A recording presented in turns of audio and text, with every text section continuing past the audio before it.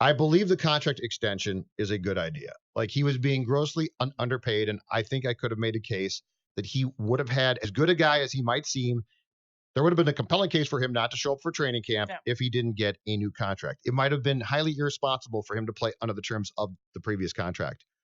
All of that being said, as you talk to people at TCO Performance Center yesterday, do you see any philosophy here of what the hell they might do from a cap standpoint? I mean, I keep coming back to Kyle's contract. I know. But beyond that, is there something I'm missing here? Well, you're right. They are in salary cap hell. They've been in salary cap hell this entire time. I want to pull up a tweet from Mike Sando that I saw last night that it made me think, because the salary cap really is, I feel like there's a myth around it. You go and get good players and you're able to make it work. You just keep pushing the money. It's like monopoly money. Like, you just keep pushing it down the line. It's like playing the stock market. Does it really exist right now? No. And since there's no guaranteed contracts, they don't have to worry about it.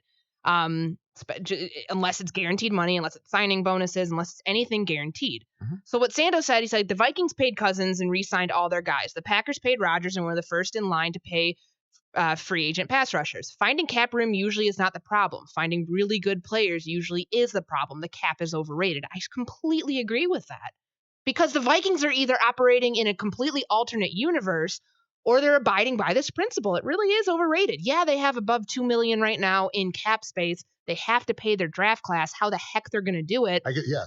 Is wizardry. That's why Rob Brzezinski probably gets paid very nice money to do what he does. Yes. And obviously his staff and working, these contracts the way that they have, but there still needs to be something done. You can't just pull this money out of thin air. You can't borrow from next year. You can't do that.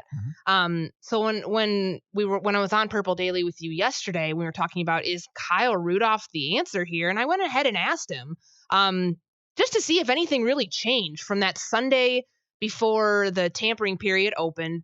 Brian Murphy, his agent, puts out the statement because there had been so much speculation about Kyle's specific situation this offseason. Murphy says the Vikings have not approached him, like blah, blah, blah. Like, that's just kind of squashing the rumor. Kyle Rudolph, via Andrew Kramer of the Star Tribune back then, said, I'd be stupid not to take a pay cut. You want to stay here. You want to be a Viking for life. I mean, he feels like he has so much left to prove. He said then, that was a month ago. I asked him yesterday, same exact answer, that he's willing to help the salary cap situation however he can. If it means going out to get more players because he'll take a lower hit, cap hit this year, and you can finagle that. You can get a bigger, you can rip up the what it is. I mean, he's obviously a free agent after this year. You could get 2 more years onto his deal, negotiate that, give him a signing bonus. You can give him money up front. That's not the issue. Mm-hmm. It's just a matter of what the contract looks like and what the years look like beyond 2019, because their cap is a mess in 2020. But he said that nobody has reached out to his knowledge. This Vikings have still not reached out to his agent, but he's open to it. So it seems like the most logical thing that something like that would happen to create space, or a trade. And the trade would come on draft night, in my opinion. Okay. Let's say that they open door 2 and it's a trade. What would it be? Who would it be? Would it be Kyle to the Patriots? Would it be, I don't see, I read your story a couple of days ago about cornerbacks. Yeah. I don't see Trey Waynes. I can't. Yeah. I can't find the way that happens given all the uncertainty. And that's the thing that kind of drives me nuts when you have draft experts out there saying, oh, cornerback's not a need for this team. They drafted so many corners. Well, it actually is a need because Holton Hill's suspended. Mike Hughes is TBA. And you have 2 guys with contract situations that are tricky beyond this year with Mackenzie Alexander and Trey Waynes, both free agents. Their value, I would say Trey is probably highest. And then you have Xavier Rhodes. Do you know for a fact that he's going to get back to 2019 form? Do you know that it's not injuries that are going to cause him? Zimmer told you he's going to do it. He said he's going to do it, and he said that it was more of a technique issue. He really didn't want to harp on the injuries at all, but the fact is the injuries kept Rhodes out several important series this season and made him miss time. So you just don't know. So I don't think it could potentially be Trey Waynes unless they go and draft a corner somewhere else and they're like, okay, we're going to get this guy in here. We know, we're just not putting it out publicly what Mike Hughes' timeline is, which could very easily be the case. Or they draft a tight end early. Or you draft a tight end early. I don't know if you're going to get TJ Hawkinson or Noah Fant unless you go the first round. Right. That is a possibility, but that still doesn't solve your problem. You need a number 2 tight end. Like, let's not get rid of one just to bring in his replacement. Unless you can honestly, but you're giving up at that point. If you're trying to find the athletic F tight end, the basically third wide receiver that's going to be your tight end, then you're Travis Kelce. You're foregoing drafting an offensive lineman to get that guy because you have to get that guy in round 1. So to Sandals' point, here's my comeback, because his tweet is right. His tweet is, he's a very smart football guy, and his tweet is right. Here's why the Vikings' current dilemma situation with the salary cap surprises me. Rob Brzezinski was hired in 1999 to turn around a team that was in salary cap hell. Like, they had paid all of these players who had been great for them basically because they had been great, and so now they were in salary cap hell. And the Vikings, in the time that I've covered them, you too, for the most part, salary cap wise, have been very good. Very good. Now, they've never had a quarterback being paid like they have one being paid now. But all of that being said, what surprises me about being this up against the cap is that for this team, this is a rarity. And I'm just surprised that they wouldn't have made moves to say, okay, if Barr's coming back, that's fine, and we'll pay him, but then something has to give. Nothing's given so far. No. And that's what surprises me, because this team does not, I know for a fact, this team does not like to operate like this. Like, this does not make them comfortable. And Brzezinski's very good because he knows how not to. And clearly he's being told, make it work, make it work, make it work. But at some point in time, he's got to go back to Rick and Mike and the Wilfs and say, okay, boys, we've reached a breaking point. This isn't going to work. Something has to give. Which is why I thought with Adam Thielen, the most logical thing that made sense, go ahead and give him the extension. I mean, he didn't have any leverage. I love Adam. I think he's a fantastic wide receiver. He makes this team go. He is a centerpiece of this offense. He had no leverage to get this. I mean, outside of the fact that he's outplayed his deal. That's fine. But you signed the deal that you signed in 2017 in March. That is the bottom line here. Unless you threaten to hold out.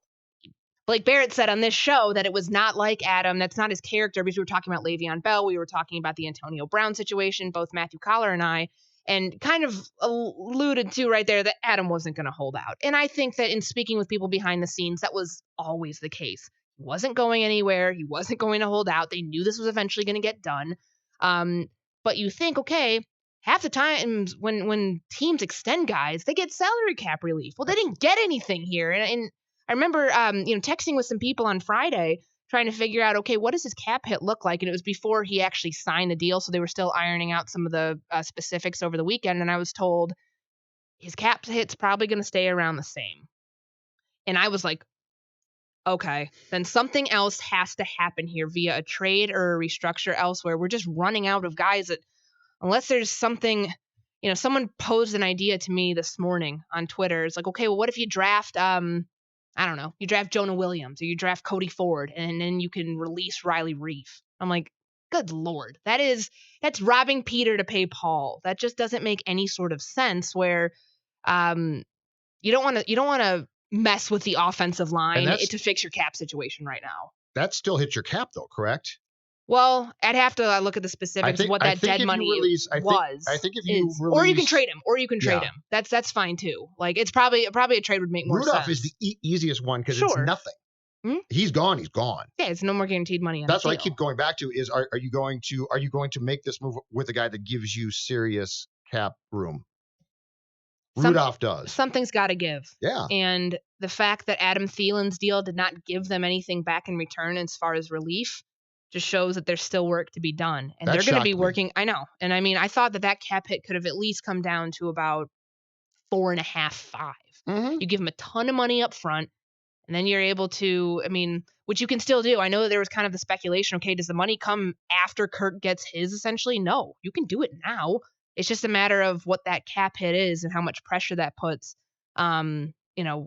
He doesn't have to have an $8.1 million cap hit to still make money, or less. He doesn't have to have less than that to still make money. He could have done it either way, but the situation that they're in with him, now it's done. They still have work to do. And I think that draft night here, we haven't had a lot of draft night trades.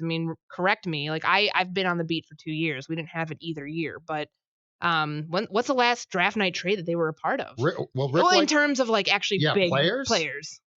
because the Harrison Smith trade didn't involve a player. That was draft picks that went to Baltimore. Sure. I'm trying to think. They've traded up and down Yeah, a lot. and I mean, he's great at getting extra picks. Manny, do you know? I can't think of a player for trading away a player like for a pick, like a Trey Waynes. When's the last time a guy that we on draft night? Yeah, I think Courtney's right. I can't even think of a time when they actually did that. I think you're right. Not in recent memory. Yeah. Huh. So this could be a very interesting draft. And on top of that, you think about, okay, they're at 18 right now. Could we expect to see some movement where they can maybe drop down to the late 20s and still get what they need? Sure. I think there could be a lot of movement on the first night of the draft, for sure. Do you see a scenario under which they possibly go up at all in the first round and try and get I don't, because tackle higher? They're not going to get Jawan Taylor. I think he's gone by top 10. I think the Bills. Isn't that where most times they're just getting all the offensive linemen. They're picking them up in free agency and they're going to draft them too. You know why? Because you need them. You do.